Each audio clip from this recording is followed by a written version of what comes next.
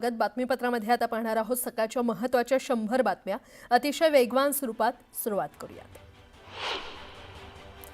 मुंबई महापालिकेच्या अखत्यारीतील शेकडो उद्यानं, खेळाची आणि मनोरंजन मैदानं तसंच विविध भूखंड देखभालीसाठी खासगी कंत्राटदारांना देण्यासाठी प्रशासनानं पुन्हा निविदा प्रक्रिया सुरू केली आहे। सुमारे 250 उद्यानं आणि मनोरंजन मैदानं आहेत आणि ती देखभालीसाठी यापूर्वी देखील कंत्राटदारांकडेच देण्यात आली होती।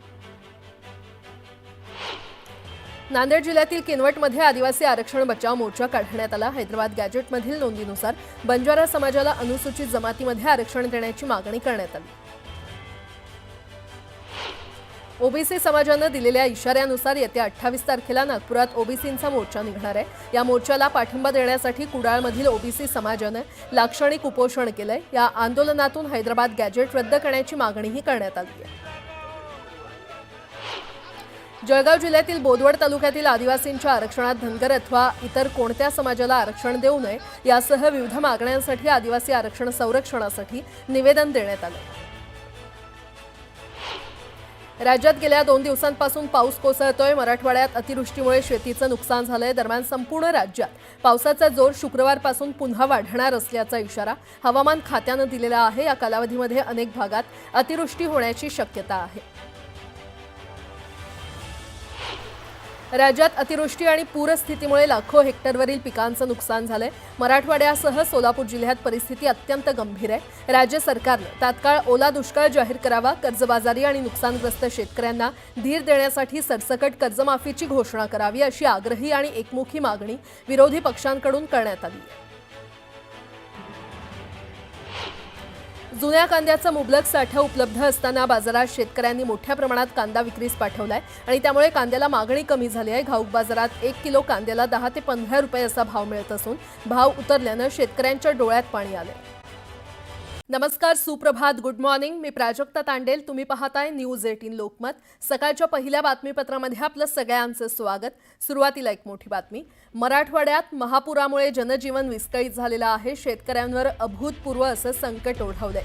मराठवाड्यात अतिवृष्टी झालेल्या ठिकाणांची पाहणी आता मुख्यमंत्री आणि उपमुख्यमंत्र्यांसह सर्वच मंत्री करणार आहेत। तसंच त्या जिल्ह्यांचे पालकमंत्री देखील दौऱ्यावर असणार आहेत। मुख्यमंत्री फडणवीस बुधवारी सोलापूर आणि लातूर जिल्ह्याचा दौरा करणार आहेत, तर उपमुख्यमंत्री अजित पवारही सोलापूर आणि धाराशिव तसंच बीड जिल्ह्यातील परिस्थितीचा आढावा घेणार आहेत। उपमुख्यमंत्री एकनाथ शिंदे हे धाराशिव जिल्ह्यातील पूरस्थितीचा आढावा घेणार आहेत। मराठवाड्यात अतिवृष्टी, ढगफुटी, पुरानं थैमान घातलंय। या आठवड्यात पावसाचा जोर आणखी वाढण्याची शक्यता हवामान खात्यानं वर्तवलेली आहे आणि अशा स्थितीत बळीराजा आणि सर्वसामान्यांना सरकारच्या मदतीची आस लागली आहे।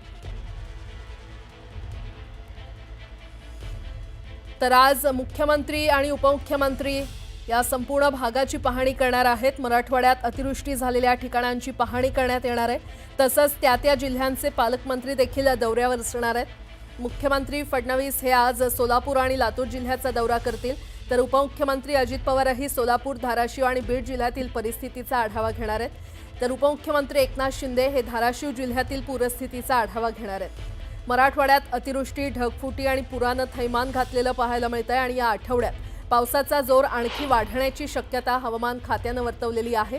अशा स्थितीमध्ये बळीराजा आणि सर्वसामान्यांना सरकारच्या मदतीची आस लागलेली आहे।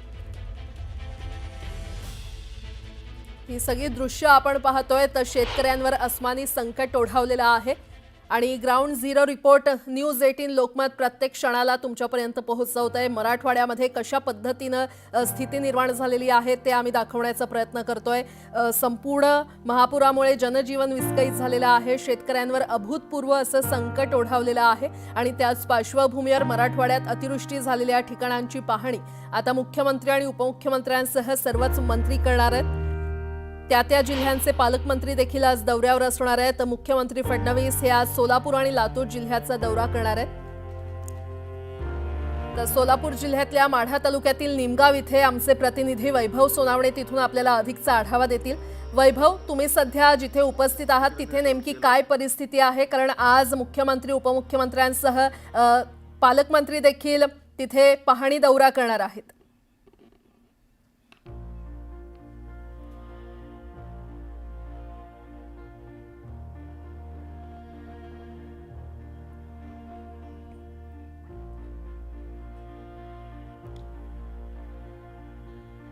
मध्ये आम्ही आहोत आता म्हाडा तालुक्यामध्ये जे निमगाव आहे, या निमगावमध्ये मुख्यमंत्री हे साधारण 11 वाजेच्या सुमारास भेट देतील.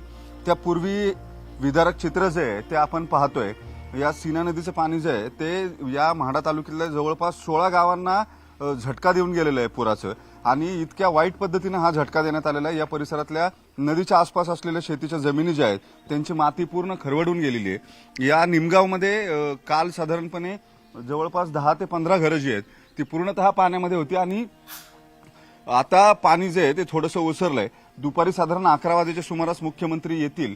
या नदीच्या पलीकडच्या बाजूला बरोबर राहुलनगर, त्याच्या खालोखाल धारफळ अशी गावं आहेत, ज्या गावांमध्ये साधारणपणे 200 ते 250 लोक जे आहेत ते अजूनही अडकलेले आहेत. गावाला पूर्ण पुराच्या पाण्याचा वेढा जो आहे तो पडलेला आहे, आणि या सगळ्या परिस्थितीमध्ये नागरिकांना तिथून बाहेर काढणं हे पूर्ण अशक्य झालेलं आहे. संपर्क जो आहे तो पूर्ण तुटलेला असल्यामुळे एनडीआरएफचे जवान जे आहेत ते काल रात्री इथं आलेले होते. काल रात्री पाहणी त्यांनी केली, मात्र नदीचा प्रवाह इतका जोरात आहे की कुठल्याही परिस्थितीमध्ये या प्रवाहामध्ये बोट घालणं अशक्य असल्याचं त्यांच्या लक्षात आल्यानंतर काल रात्री 12 वाजेपर्यंत प्रशासनाचे अधिकारी जे आहेत ते पाहणी करून पुन्हा गेलेत.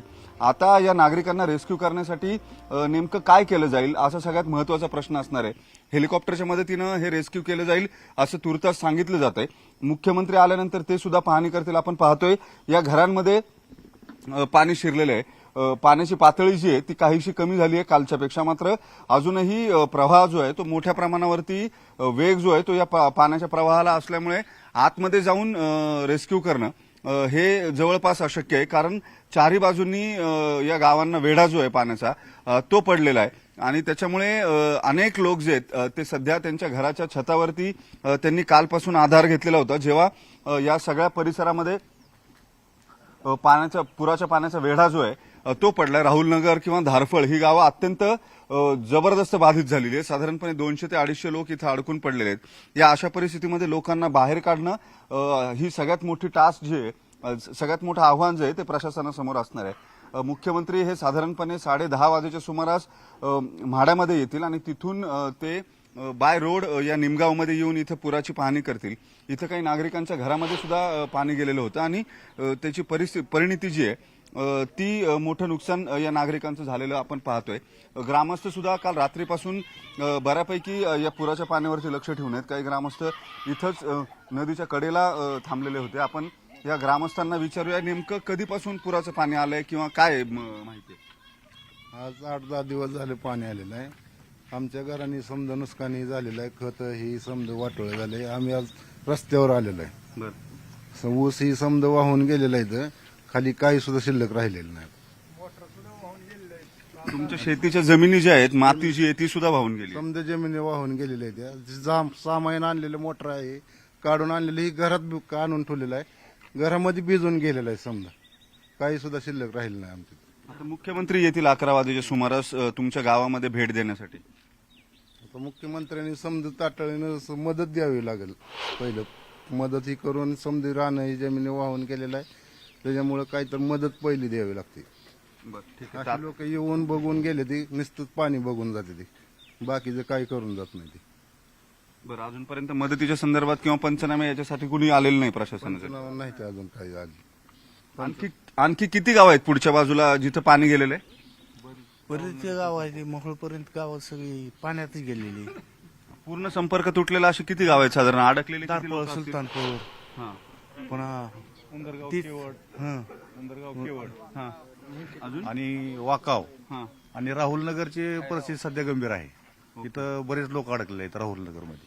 मग रेस्क्यू काही सुरू आहे का तिथं, किंवा लोकांना बाहेर काढायचं काही काम झालंय? मान्य जिल्हाधिकाऱ्यांनी रात्री एक क्लिप टाकली होती की त्यांना आर्मीचे जवान रेस्क्यू करण्यासाठी येणार आहेत म्हणून. मग प्रत्यक्ष काय अजून रेस्क्यू केले का नाही हे आम्हाला बी माहित नाही. तुमच्याकडून काही प्रयत्न झाले का इथून जाण्यासाठी किंवा काय?